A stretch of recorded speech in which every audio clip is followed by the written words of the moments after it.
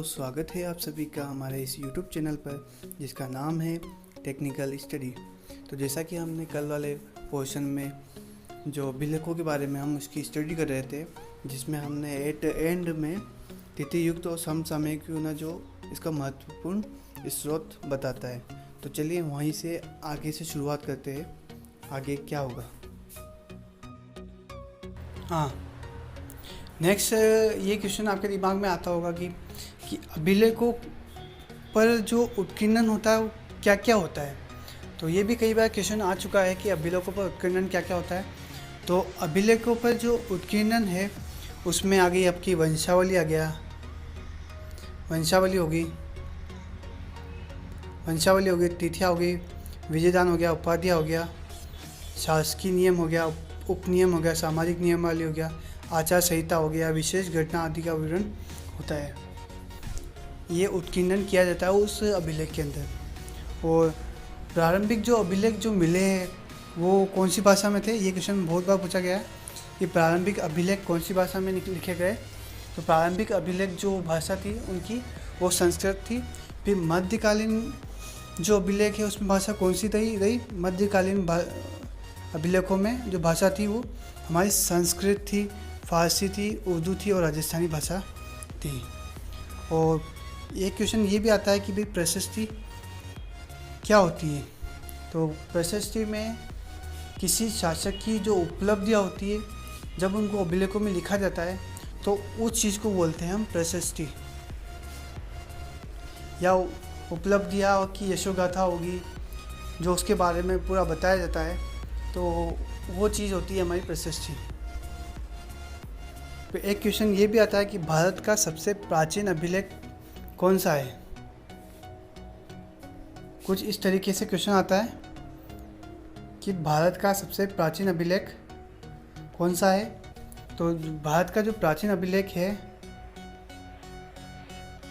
वो है अशोक मौर्य के अभिलेख, जो सबसे प्राचीन अभिलेख है।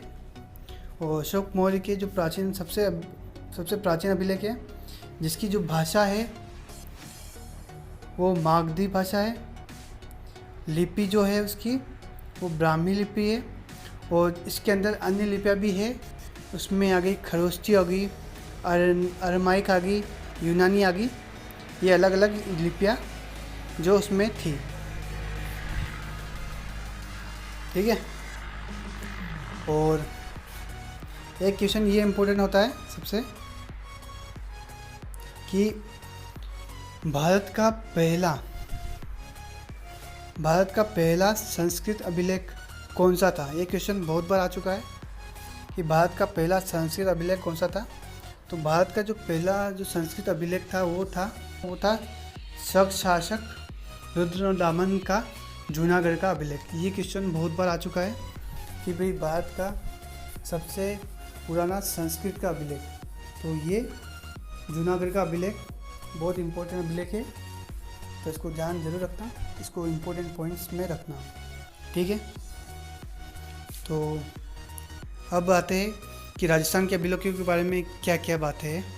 तो राजस्थान के अभिलेखों की बात करें तो उसमें जो भाषा थी वो थी संस्कृत और राजस्थानी। जो अभिलेखों में जो भाषा थी वो संस्कृत और राजस्थानी थी। और जो शैली थी वो गद्य और पद्य में थी। गद्य पद्य आपको हिंदी में आपने जब 6ठी 7वीं क्लास में थे तो उसमें गद्य भाग अलग आता है, पद्य भाग अलग आता है। तो वो कुछ इस तरीके से चली थी। और जो लिपियाँ थी, लिपि में वो थी महाजनी और हर्षकालीन थी। और इसमें जो महाजनी हर्षकालीन के अलावा जो नागरी लिपि थी उसको विशेष रूप में काम में लिया जाता था। नागरी जो लिपि थी वो उसको विशेष रूप में काम में लिया जाता था, ठीक है। अब हम कुछ प्रमुख अभिलेखों के बारे में अध्ययन करेंगे। तो मैं आपको अलग अलग अभिलेखों के जो इम्पोर्टेंट पॉइंट्स होते हैं, क्योंकि सब का डिटेल पढ़ना ज़रूरी नहीं होता, तो जो भी उसके इम्पोर्टेंट पॉइंट होते हैं उसका नोट्स मैं आपको उपलब्ध करूँगा, उसमें आपको बताऊँगा, उसकी जानकारी दूँगा। क्योंकि ज़्यादा इम्पोर्टेंट ज़्यादा करने से भी वो आपके लिए ज़रूरी नहीं होता, ठीक है। तो वैसे लेक्चर बहुत लंबा हो जाएगा, तो इसलिए आज का लेक्चर यहीं तक रखें। और कल के लेक्चर में हम इसको अभिलेखों के बारे में, आपको जो अलग अलग अभिलेख हो गया, चाहे विराटनगर का अभिलेख हो गया, नगरी अभिलेख हो गया, जो भी अभिलेख है, जूनागढ़ का अभिलेख हो गया, तरह तरह के जो भी अभिलेख हैं उनका हम अगले लेक्चर में स्टडी करेंगे। तो आज की जो स्टडी है वो ख़त्म होती है, और जिसको भी जो प्रॉब्लम आ रही हो वो मुझे कमेंट कीजिएगा, मैं आपके उस कमेंट का जवाब ज़रूर दूंगा। और हमारे चैनल को सब्सक्राइब कर दीजिएगा, जिससे आपको जो भी मैं लेटेस्ट जब भी मैं अपडेट करूँगा तो आपको उसका नोटिफिकेशन मिल जाएगा। बेल आइकन क्लिक कर जरूर कर दीजिएगा। और कोई भी टेक्निकल की क्लास की बात है तो टेक्निकल क्लास में जल्द ही चालू करूँगा, क्योंकि मैं थोड़ा सा उसका सिलेबस देख रहा हूँ। एक बार सिलेबस अच्छे से मुझे कंफर्म हो जाए तो मैं उसको भी चालू कर दूँगा, और उसका जो लेवल होगा वो मैं ग्रेड लेवल रखूँगा, ताकि अगर टफेस्ट क्वेश्चन भी आ जाता है तो आप उसको इजीली सॉल्व कर लो।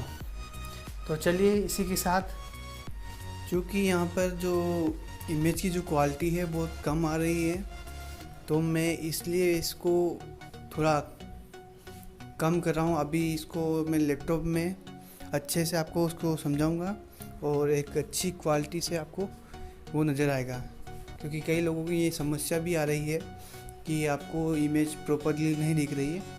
तो मैं नेक्स्ट लेक्चर जो भी होगा मेरा, उसमें मैं एक अच्छी और बेहतरीन क्वालिटी के साथ इसको लाऊंगा और आपको अच्छे से समझाऊंगा, क्योंकि मोबाइल में इतनी अच्छी क्वालिटी नहीं है, और चूँकि कैमरे की क्वालिटी भी कम है, इस वजह से भी जो जूमिंग की जो प्रॉब्लम हो रही है वो ब्लर हो रही है। इस वजह से मैं आपको जो भी वीडियो होगा, जो नेक्स्ट लेक्चर होगा, उसमें मैं इसको अच्छे से प्रेजेंट करूँगा, और जो भी इसकी जो नोट्स है वो अच्छी क्वालिटी में मैं आपको इस टेलीग्राम के चैनल पर, जो मैं आपको डिस्क्रिप्शन में प्रोवाइड करा दूँगा उसका लिंक, या फिर आपको वहाँ पर जाकर आप उस PDF को डाउनलोड कर सकते हैं, क्योंकि इसमें क्वालिटी अच्छी नहीं है। इस वजह से आपको ये हो सकता है इतने खास ना लगे नोट्स, बट ये मैंने बहुत अच्छे से लेवल की है।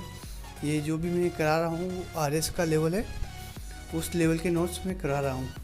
तो आप इस चीज़ की फ़िक्र ना करें कि मेरे नोट्स इतने अच्छे नहीं है ये सोच कर, क्योंकि मैं इसको फुल डिटेल में करा रहा हूँ। क्योंकि बहुत सारे जो टीचर्स होते हैं वो इन जो डिटेल्स होती है जो भी सिलेबस की, वो नहीं करा के वो शॉर्ट में निपटा देते।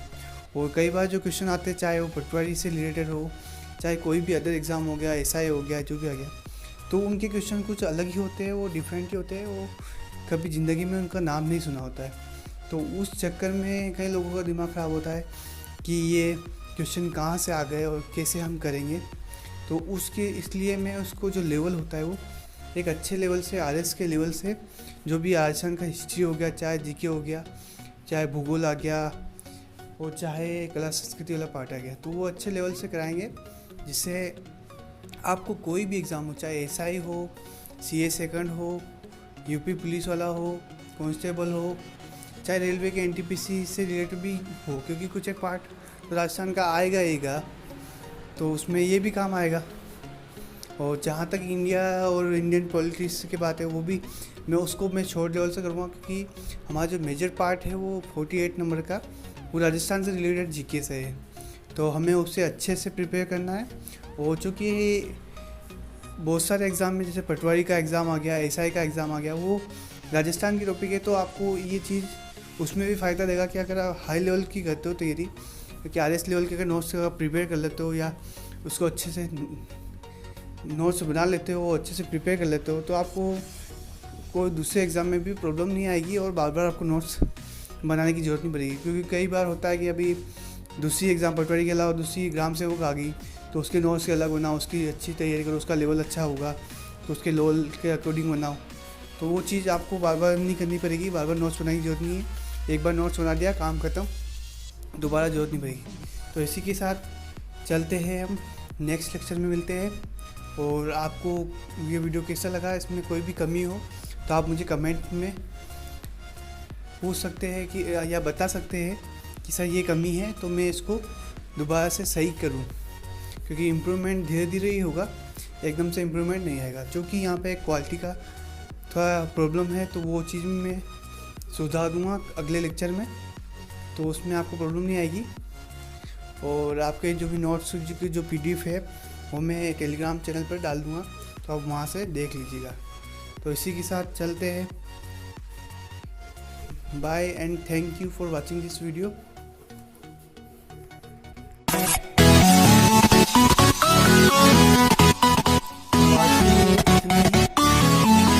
Next lecture